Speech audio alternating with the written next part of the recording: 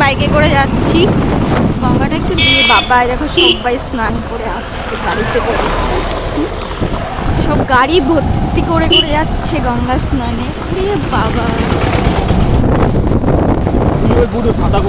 দেখে চল, লরি ভর্তি করে যাচ্ছে। ও দেখো সামনে অনেকেই যাচ্ছে।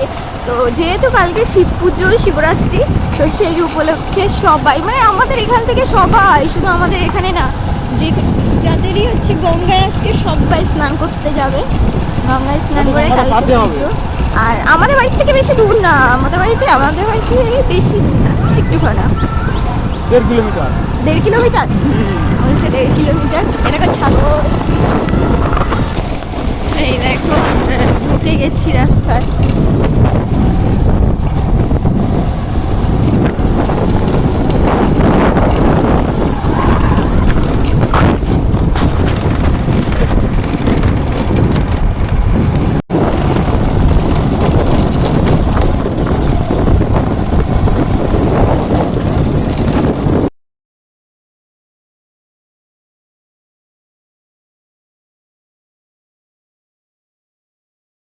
আমি সাঁতার কাটতে পারি না, আমি কি করে ভেতরে যাবো?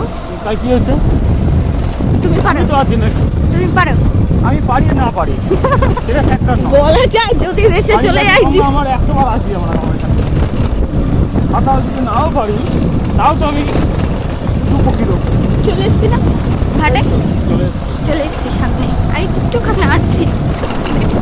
আমাদের এদিকে শুধু চারিদিকে শুধু মাঠ আর ফসল আর ফসল দেখতে পাচ্ছি। দেখো ধান চাষ করেছে, মানে আমার গ্রাম টাইপের করেছে।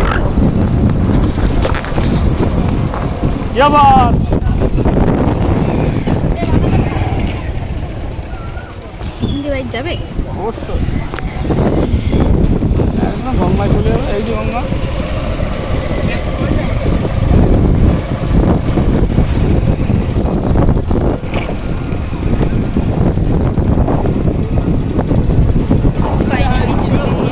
ফাইনালি চলেই আসলাম।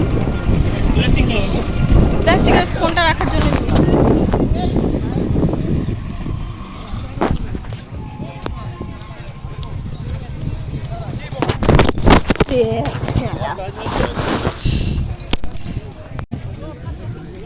টাকা। আগেরবার যখন আমি স্নান করতে এসেছিলাম, তো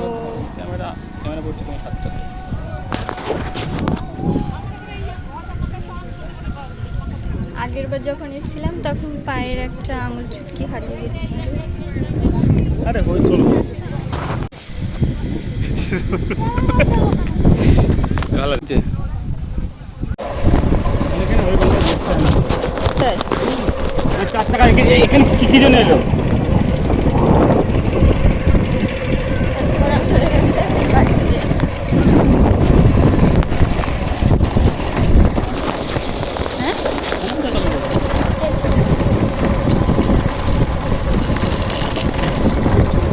স্নান করা কমপ্লিট।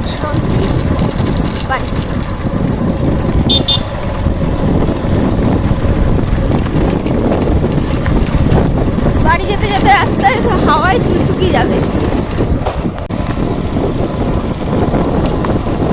বাই ফ্রেন্ড, এইটুকুই ছিল আমার আজকের গঙ্গা স্নানের মিনি ব্লগ। তো বাই। তো ভালো লাগলে লাইক, কমেন্ট, শেয়ার